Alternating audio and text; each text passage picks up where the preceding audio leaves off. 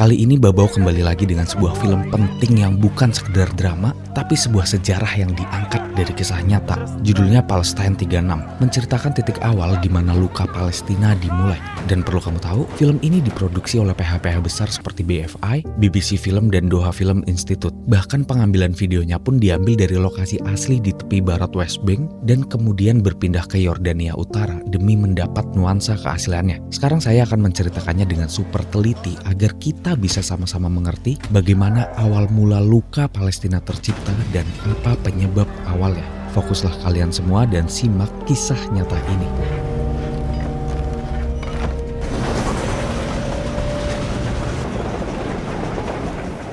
Cerita dimulai di sebuah stasiun Yerusalem. Di sana kita diperkenalkan dengan seorang pria bernama Yusuf yang baru saja turun dari kereta. Diketahui Yusuf ini adalah seorang pemuda dari desa bernama Albama yang bekerja di kota Yerusalem. Di desanya orang-orang bertani, berdagang, beribadah tanpa tahu kebenarannya bahwa Inggris sedang diam-diam merencanakan kejahatannya. Tapi bentar dulu, karena judul film ini adalah Palestine 36 dan cerita juga dimulai dari tahun 1936 di mana itulah awal mula warga Palestina sadar bahwa negaranya sedang dijajah. Jadi kita akan mundur dulu ke titik pertama kenapa si Inggris menjajah Palestina. Kisahnya pada tahun 1917 saat Perang Dunia I. Perang itu terjadi di Eropa dan wilayah besar Kekaisaran Ottoman.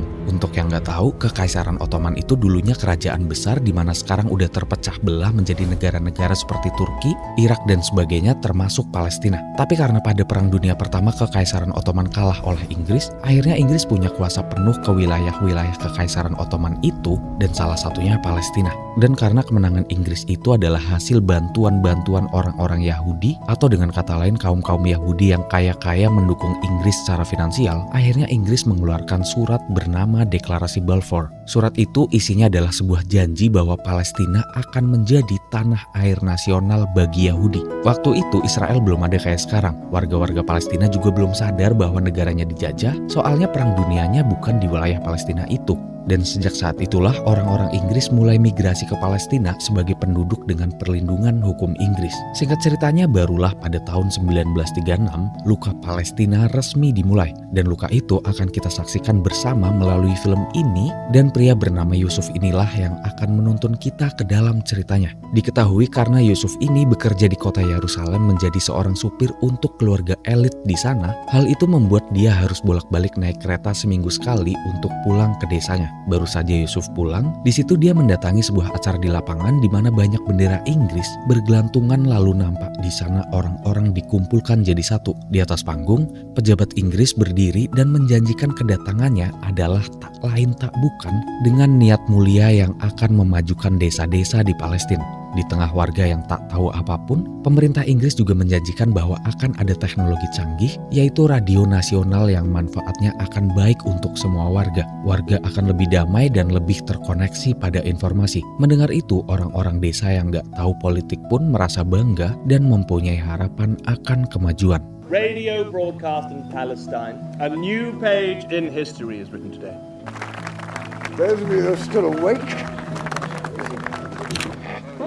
Sementara itu di sisi lain kita diperlihatkan seorang ibu bernama Rabrab dan anak perempuan bernama Afra yang habis panen beberapa buah lalu berjalan di atas pipa minyak milik Inggris. Pipa itu dikenal dengan nama Krikuk Haifa. Fungsinya membawa minyak dari Irak melewati tanah Palestina lalu berakhir di pelabuhan Haifa untuk dikirim ke Eropa.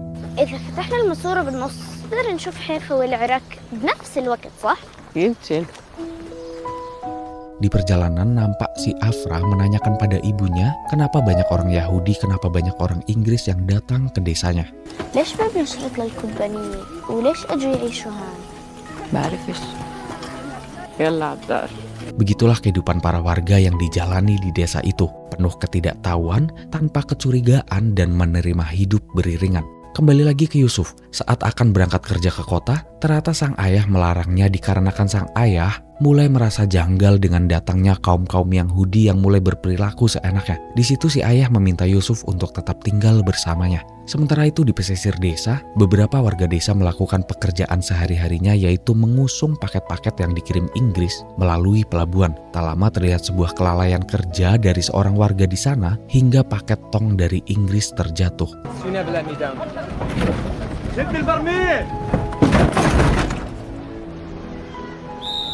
Mereka yang baru mengetahui isi dari tong itu ternyata adalah senjata tak bisa melakukan apapun. Setelah bekerja, mereka hanya bisa mendiskusikan dan menghitung total tong senjata itu. Di situ mereka saling mengutarakan kekhawatirannya, di mana Inggris selalu mengganti tenaga kerja dengan tenaga dari kaum Yahudi.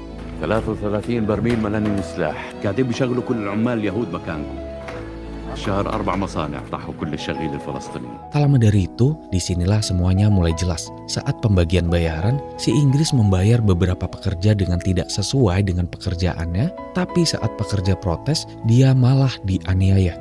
بقول لك هم قالوا لنا الحسن 6 ساعات زيادة تفضل انت. اللي وراه بدي احكي معه. Singkat cerita, hari Minggu bulan berlalu, warga mulai menyadari dengan jelas bahwa mereka sedang ditindas. Saat Yusuf naik kereta untuk pulang, kita diperlihatkan sebuah kelompok dari warga yang melakukan pergerakan secara diam-diam untuk melawan tentara Inggris. Para kelompok itu dinamai pemberontak. Di sana terlihat para pemberontak menghentikan kereta dan meminta para warga yang naik untuk iuran mengumpulkan apapun yang bisa dijadikan uang untuk membiayai atau membantu pergerakan perlawanan yang akan dilakukan warga-warga kecil di desa. اخواتي واخوتي باسمي وباسم الشباب اللي معي خد تفضل 10 المقاومة. وكلنا بدنا الاستقلال حرية فدا الثورة عاشت الثورة. Tapi di sisi lain tentara Inggris juga makin kejam secara terang-terangan. Inggris mulai mendatangkan pengawal administratif yang membawa surat-surat dan mengabarkan bahwa sebagian tanah sudah diambil negara dan dimandatkan pada Inggris. Saat itu juga Inggris mulai membangun mercusuar-mercusuar di tanah warga tanpa izin, tanpa pamrih. Mengetahui hal itu, para warga berkumpul dan memutuskan untuk takkan tinggal diam. Para warga merencanakan untuk melakukan perlawanan yang akan dilakukan malam harinya dengan langkah awal merobohkan mercusuarnya. Nampak ayah Yusuf juga memimpin gerakan itu dengan sangat tegas. Bahkan saat Yusuf mengingatkan agar setidaknya jangan terburu-buru, ayahnya pun tetap nekat maju. استنى للصبح على الكلام في شي حاجة بيننا وبينهم هذول جايين ياخذوا الأرض دق الحديد وهو حامي. Singkatnya, di malam hari saat warga melakukan pergerakan, ternyata para tentara Inggris sudah tak memberikan toleransi sedikit pun dan langsung menembaki beberapa warga. Naasnya pada malam itu ayah Yusuflah yang terkena tembakan dan tak terselamatkan.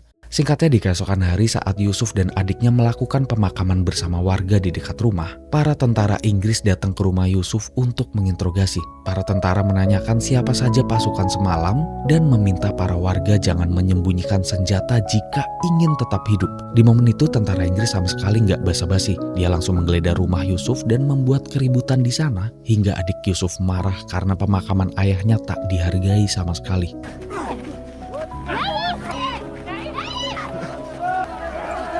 This is my little brother. He hasn't done anything. Condolences.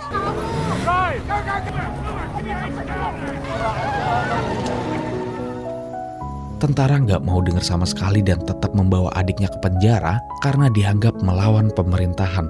Singkatnya, kita dibawa pada sebuah momen di mana Yusuf sedang ikut kumpulan bersama bosnya. Bosnya itu orang Palestina, tapi Palestina kaum-kaum elit dan orang penting di Palestina. Di saat itu, pada momen perkumpulan, Yusuf mengetahui dengan jelas bahwa bosnya malah mendukung penjajahan yang dilakukan Inggris, asalkan bosnya bisa untung. Jadi intinya bosnya nggak peduli dengan warga sesamanya, yang penting dia bisa makin kaya. Di situ Yusuf cukup merasa patah hati, bingung mau gimana dan nggak bisa melakukan perlawanan sedikit pun. Bahkan saat Yusuf pulang ke desa, dia cukup dikejutkan karena para warga desa sudah dikumpulkan oleh Inggris dalam tempat yang dibatasi kawat besi. Untungnya para warga dikurung hanya sebagai hukuman karena terus melakukan pemberontakan pada peraturan Inggris. Di situ pun Yusuf langsung menghampiri dan nampak rap-rap yang mengatakan bahwa mereka kehausan. Akhirnya Yusuf pun langsung mengambil air dan memberikan pada mereka. Tapi baru beberapa teguk air diminum, tentara Inggris langsung datang dan gak banyak bicara langsung mukul Yusuf.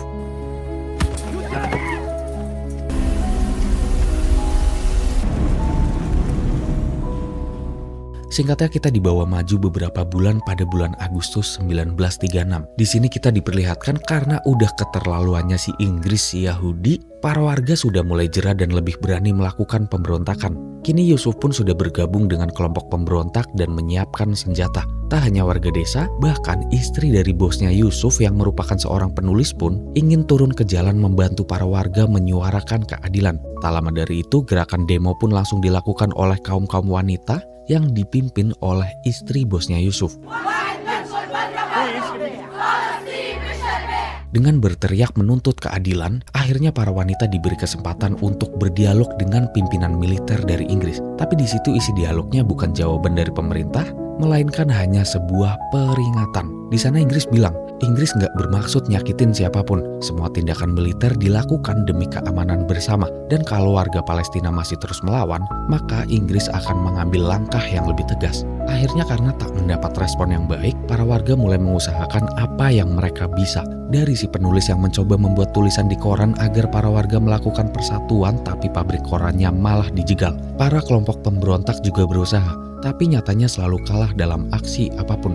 Dan juga seorang wanita bernama Raprap yang terus mengusahakan walaupun sendirian. Dalam sebuah perjalanan di bis, nampak Raprap menyelundupkan senjata airgun yang ia dapat dari kelompok pemberontak. Tapi karena tentara Inggris mencurigainya, maka dilakukanlah penggeledahan. Raprap mencoba menyembunyikannya dengan tenang dan kelompok laki-laki disuruh turun untuk disandra karena dicurigai akan melakukan pemberontakan. All men and boys off the bus now.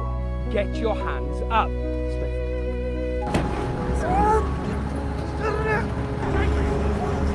Sesampainya di rumah, Raprap menyimpan senjata di bawah kasur, tapi karena anaknya si Afra melihat senjata itu, akhirnya Raprap mengambil pistol itu dan menyembunyikannya di sebuah tempat pada malam hari. Singkatnya, di keesokan hari kita diperlihatkan anak kecil yang bekerja sebagai tukang semir sepatu di pasar. Anak itu bernama Karim. Karim ini adalah teman dari anak wanita yang bernama Afra itu. Hari itu Karim, Afra, dan bersama teman lainnya bermain bola di sepetak tanah. Di tengah permainan, tiba-tiba bola terpental jauh ke sebuah tempat. Dan saat Karim mengambilnya tanpa sengaja, Karim menemukan sebuah pistol yang waktu itu disembunyikan oleh Raprap, tapi saat itu Karim hanya melihatnya dan menaruhnya kembali.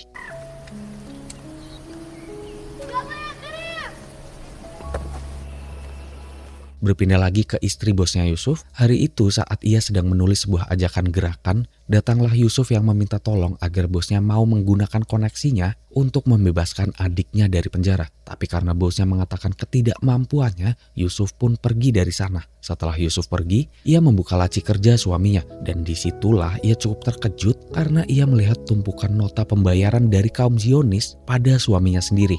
Di situ ia pun mencurigai bahwa suaminya adalah salah satu sosok yang membela kaum Zionis untuk menindas negaranya sendiri. Semua kecurigaan sang istri langsung terbayar pada malam harinya. Saat makan malam, suaminya mengundang Thomas administratif Inggris untuk makan malam.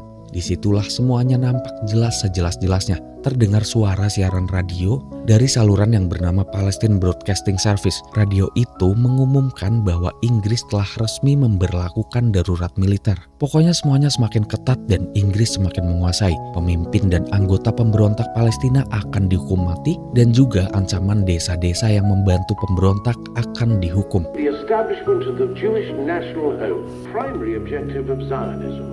Disitulah fakta harus diterima bahwa radio yang dulu dijanjikan sebagai alat perdamaian berubah jadi alat pengumuman kematian. Dan untuk pertama kalinya mengetahui kenyataan itu, nampak kesedihan, keresahan, dan segala ketakutan menguasai seluruh Palestina. يلا يا شباب يلا يلا يا شباب عليهم. Tak lama setelah pengumuman darurat militer, semua warga memilih melawan. Aksi dimulai oleh kelompok pemberontak dengan membakar pipa minyak yang ada.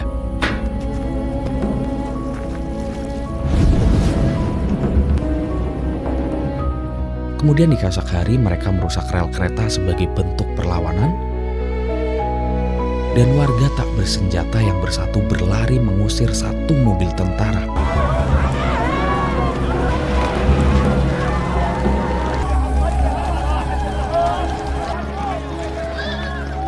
Mengetahui itu, petinggi-petinggi Inggris langsung berkumpul dan berencana akan mengambil tindakan keras. Gak butuh diskusi lama, pasukan tentara langsung turun ke rumah warga dan langsung menangkap beberapa tokoh desa seperti pastur, kiai, dan semuanya karena dianggap telah memprovokasi warga melakukan perlawanan. Tanaman tani mereka juga dibakar dan penembakan terang-terangan pun dilakukan sebagai peringatan. Let's go! ولك يا سرماية you!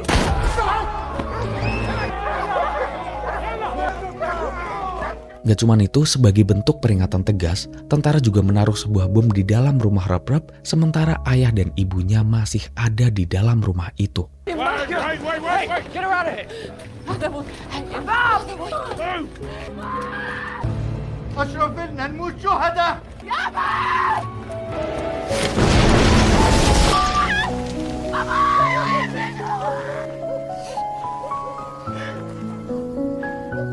Setelah ledakan, semua tak bersuara, tak berdaya, bahkan tak mengerti kenapa mereka semua ada di posisi seperti itu. Dan saat para lelaki dibawa untuk dihukum, entah kenapa tentara menyuruh salah satu orang Palestina untuk menjadi supir dan membawa mobil itu.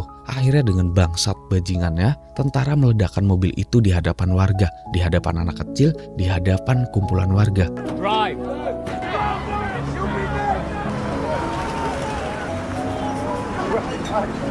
بالك على اخواتك.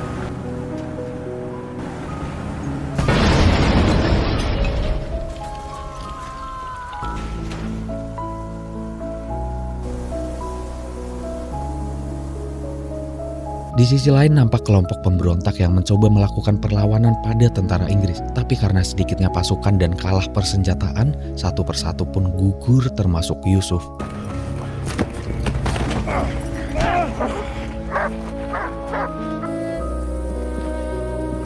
We've got him.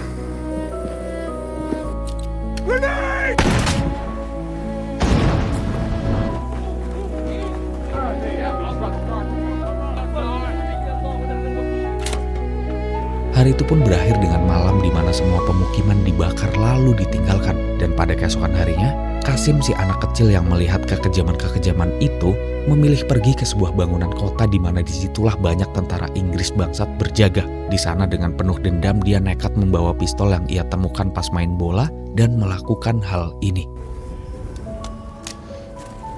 Sir. Berpindah ke sisi lain, ternyata karena istrinya yang meminta, bosnya Yusuf mengeluarkan adik Yusuf dari penjara. Tapi di momen itu, adik Yusuf langsung pergi ke jalanan dan bergabung dengan kumpulan warga untuk menuntut keadilan. Gak hanya itu, ternyata istri dari bos Yusuf juga melakukan aksi yang sama. Ia melepas cincin pernikahannya, memberikan pada suaminya dan meninggalkannya demi bergabung dengan seluruh warga untuk mengemis keadilan.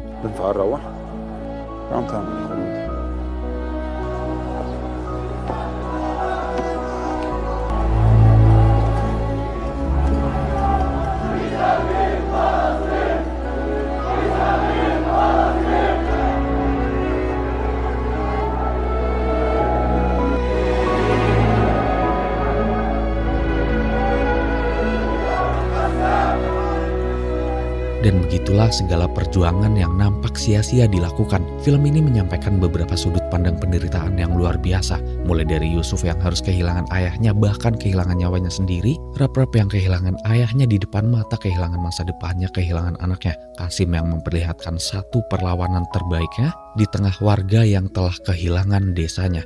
Adegan terakhir dalam film ini nggak memberikan kemenangan, nggak juga memberi kabar baik. Film Palestina 36 itu berhenti di sana, tapi kita tahu lukanya nggak pernah berhenti. 12 tahun setelahnya, tahun 1948, datang pengusiran besar-besaran yang sekarang kita kenal sebagai Nakbah. Lebih dari 700.000 warga Palestina diusir, ratusan desa dihapus dari peta, dan rumah-rumah mereka ditempati orang lain. Lalu waktu terus berjalan, perang datang silih berganti dan luka terus bertambah. Sampai hari ini bisa kita saksikan sendiri Palestina belum merdeka. Sekian dari saya nggak ngasih pesan moral apapun dalam video ini. Kalau berkenan, tolong tulisin kekecewaan kamu di kolom komentar pada kaum bangsat dan brengsek itu. Tulisin ya, soalnya saya juga emosi banget anjing dan saya nggak mau emosi sendirian. Nggak apa-apa, ungkapin aja komen buruk kayak apa kayak terserah. Kalaupun komentarnya jelek-jelek, terus video ini nggak punya algoritma karena komentarnya buruk dan YouTube nggak mau nyebarin video ini, bodo amat. Yang penting ada yang nemenin saya emosi, anjing. Makasih lur.